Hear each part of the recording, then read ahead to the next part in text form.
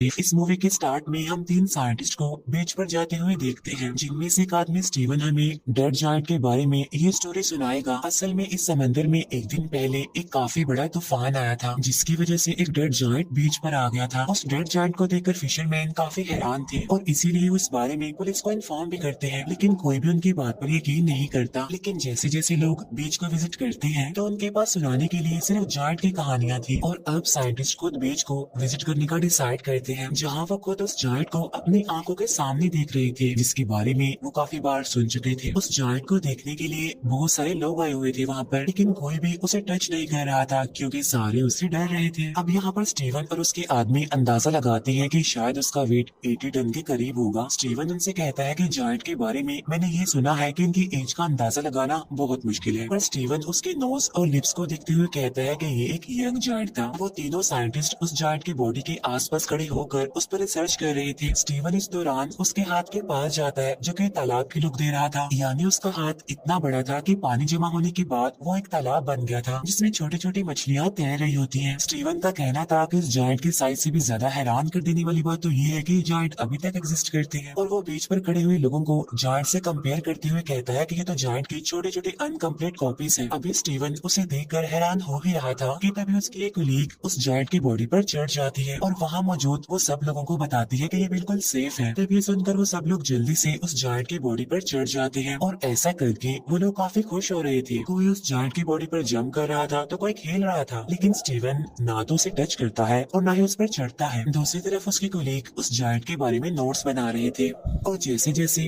Time गुजरता जा रहा था वहाँ उस जायंट से खेलने के लिए लोग कम होते जा रहे थे, क्योंकि सब लोग अपने अपने घर जा रहे थे। फिर 3 दिन के बाद स्टीवन दोबारा यहाँ पर आता है, क्योंकि उसका उस जायंट में इंटरेस्ट बढ़ गया था, और उसका दावा था कि उसे इस जायंट पर नजर रखते हुए कोई भी परेशानी नहीं हो रही है, क्योंकि वो जायंट उसके आसपास के लोगों की निस्बत ज्यादा जिंदा था। फिर वो दिखता है कि वहाँ पर कुछ बच्चे जायंट के ऊपर स्लाइड खेल रहे हैं, और कुछ आदमी तो उस जायंट को काटने की तैयारी कर रहे थे। तो आज वो जायंट के पास देर तक रुकने का इरादा करता है ताकि जायंट के पास कोई भी ना हो, लेकिन जैसे ही वो जायंट के पास आता है तो वो दिखता है कि जायंट डिके होना स्टार्ट हो गया है, और उसका हर एक बॉडी पार्ट काफी अजीब दिख रहा है। अब यहाँ वो जायंट के कान पर एक लड़की को देखता है, जो उस जायंट के कान को एज अ चेयर यूज कर रही थी। स्टीवन नोटिस करता है कि जायंट के फेस से उसकी यूथफुल लुक खत्म हो गई है, यानी अब वो जवान नहीं दिख रहा। तो वो अंदाजा लगाता है कि समंदर में बहुत अरसा रहने की वजह से उसके टिश्यूज खराब हो गए हैं, जिसकी वजह से उसकी बॉडी काफी जल्दी खराब हो गई है। स्टीवन जायंट के फेस पर एक इंसेक्ट देखता है, जो कि उसके मुंह में जा रहा था। तब स्टीवन सोच रहा था कि इंसेक्ट के उसकी मंजिल तक पहुंचने से पहले ही ये जायंट डिके हो जाएगा, और अब स्टीवन बहुत ज्यादा हिम्मत करके उस जायंट के ऊपर चढ़ता है। अब जायंट के चेस्ट पर चढ़ने के बाद वो जायंट की बाजू को देख रहा था, जो बिल्कुल डिके हो चुका था, और कुछ बचा हुआ पार्ट्स इंसेक्ट्स और बाकी बर्ड्स खा रहे थे। यहाँ अब उसकी आंखों के ऊपर अब एक अजीब सा कवर आ गया था, जो कि उसकी आईज को भी एक तालाब जैसी लुक दे रहा था। फिर स्टीवन उसकी आंखों में अपना शेडो देखता है और सोचता है कि इस जायंट के डिके होने की तकलीफ उस तकलीफ से कम है जो उसे तन्हाई ने दी है। इसके बाद वो यहाँ से चला जाता है। फिर नेक्स्ट टाइम जब स्टीवन उस जायंट के पास जाता है तो दिखता है कि उसकी आर्म्स और लेग्स डिके हो चुके हैं, और अब वो उसकी बॉडी को गौर से देख रहा था, जहाँ पर जायंट की बॉडी की इंसल्ट की जा रही थी, और इंसल्ट करने वाले कोई और नहीं बल्कि इंसान ही थे। अब हालांकि ये जायंट भी तो इंसान की तरह का ही एक क्रिएचर था। नेक्स्ट डे स्टीवन जब दोबारा से उस जायंट के पास आता है तो वो देखता है कि उस जायंट का तो सर भी उतार दिया गया है, और बर्ड्स और इंसेक्ट्स उस जायंट को खा रहे हैं। अब सर के बगैर उसकी बॉडी इंसानों जैसी बिल्कुल भी नहीं लग रही थी। अब इसी के साथ ही स्टीवन और इस डेड बॉडी का रिलेशन भी कम हो रहा था, जो कि इस डेड बॉडी ने बनाया था।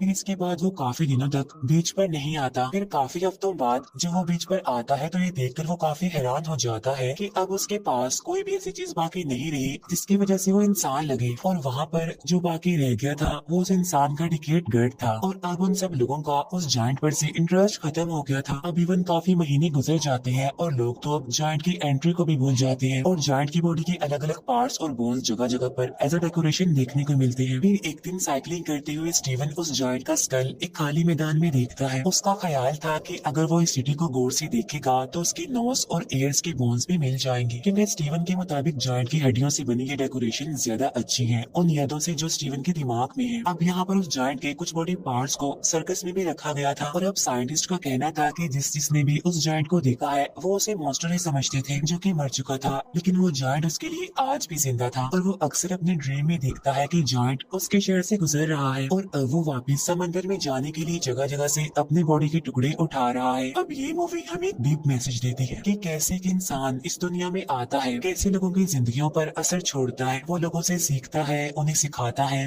लेकिन फिर जब वो इस दुनिया से चला जाता है तो लोग उसे भूल जाते हैं। इवन दिन, महीने, साल गुजर जाते हैं लेकिन कोई उसे याद नहीं करता। सेम ऐसे ही जैसे हमने इस मूवी में देखा कि कैसे एक जायंट आया और सबके अट्रैक्शन बन गया, लेकिन फिर वही बात, दिन, महीने, साल गुजर गए लेकिन किसी को वो याद नहीं रहा। असल में यही इंसान की जिंदगी का कड़वा सच है कि जब तक कोई इंसान जिंदा रहता है तो लोग उसे याद रखते हैं, लेकिन अगर वही इंसान मर जाए तो थोड़े ही दिन बाद लोग उसे भुला देते हैं। और अब मैं एक्सप्लेन करूंगी आइस एज मूवी को। इस मूवी के स्टार्ट में हम एक कपल को देखते हैं जो एक न्यू अपार्टमेंट में शिफ्ट हुए थे। उनमें से आदमी जिसका नाम रोब था वो अपने घर में कुछ सामान लाते हुए नजर आता है। मीनवाइल उसकी वाइफ गेल घर में सामान सेट कर रही होती है। गेल को अपने इस न्यू अपार्टमेंट में एक पुराना फ्रिज नजर आता है जो कि लैंडलॉर्ड इस घर में छोड़ गया था। अब गेल उस अगले फ्रिज से परेशान थी, पर रोब उसे कहता है कि पुरानी टेक्नोलॉजी में जरूर कुछ अमेजिंग होता है, जिस पर गेल टॉन्टिंग वे में कहती है हाँ ये अगली सी मोटर जो इसके ऊपर लगी हुई है। अब गेल यहाँ पर न्यू फ्रिज रखना चाहती थी लेकिन रोब अभी न्यू फ्रिज अफोर्ड नहीं कर सकता था। गेल अपने हस्बैंड की चालाकी को मजाक में उड़ा देती है। अब वो दोनों इस इशू को यहीं पर छोड़कर ड्रिंक एंजॉय करने का सोचते हैं क्योंकि वो शिफ्टिंग करते हुए काफी थक जो गए थे। अब जैसे ही रोब फ्रिज में आइस लेने जाता है तो उसे फ्रिज आइस जंग से ढका हुआ नजर आता है। फिर आखिर वो बड़ी मुश्किल से एक क्यूब निकाल कर अपने ड्रिंक में डालता है। वो दोनों मिलकर बैठते हैं और अपने नए घर की खुशी को सेलिब्रेट करते हैं। अब ड्रिंक की एक सिप लेने के बाद रोब को आइस में कोई अजीब सा स्ट्रक्चर नजर आता है और जब उसे रियलाइज होता है कि वो एक जानवर है तो उसे अपनी आंखों पर यकीन नहीं होता। वो आइस क्यूब गेल को दिखाता है और पूछता है क्या सच में इसमें कुछ है। तब गेल जल्दी से मैग्नीफाइंग ग्लास लेकर आती है। वो एक छोटे से क्रिएचर को आइस क्यूब में फ्रीज देखते हैं। वो दोनों उस क्रिएचर को देखकर काफी हैरान और कंफ्यूज थी क्योंकि वो बहुत छोटी थी। वो नोटिस करते हैं कि उस छोटे से क्रिएचर को हंट किया गया है क्योंकि उन्हें उसकी बॉडी में स्पीयर्स यानी नेज़े नजर आते हैं। तब ये देखकर वो और ज्यादा हैरान परेशान हो जाते हैं और अब गेल जल्दी से जाकर फ्रिज से सारी आइस निकालती है। तो यहाँ पर रिवील होता है कि इस फ्रिज के अंदर एक पूरी मिडिल एज सिविलाइजेशन वर्क कर रही है। फ्रिज के अंदर टाइम बहुत तेजी से गुजर रहा था। यहाँ का एक सेकंड गुजर रहा था तो वहाँ के हफ्तों गुजर रहे थे। अब ये देखकर वो दोनों हस्बैंड वाइफ काफी हैरान थे और वो ये भी सोच रहे थे कि ऐसा पॉसिबल कैसे हो सकता है। अब वो शहर के अंदर जो लोग थे वो भी इन दोनों को बड़े गौर से देख रहे थे। अब क्योंकि वो छोटे से थे इसीलिए वो इन दोनों को जायंट समझ रहे थे, लेकिन फिर भी उन लोगों को इनके यहाँ पर होने से कोई प्रॉब्लम नहीं थी। फिर कुछ देर बाद रोब उस छोटे से क्रिएचर को अपने घर के एक प्लांट में दफन कर देता है। वो छोटा सा क्रिएचर जिन्हें सबसे पहले आइस क्यूब से मिला था। इस बात पर गेल उसका दोबारा मजाक उड़ाती है। इसके बाद जब वो दोबारा फ्रिज खोलते हैं तो देखते हैं कि अब वो शहर मिडिल एज से इंडस्ट्रियल एज में चेंज हो गया है। वो भी सिर्फ इतने से ही टाइम में,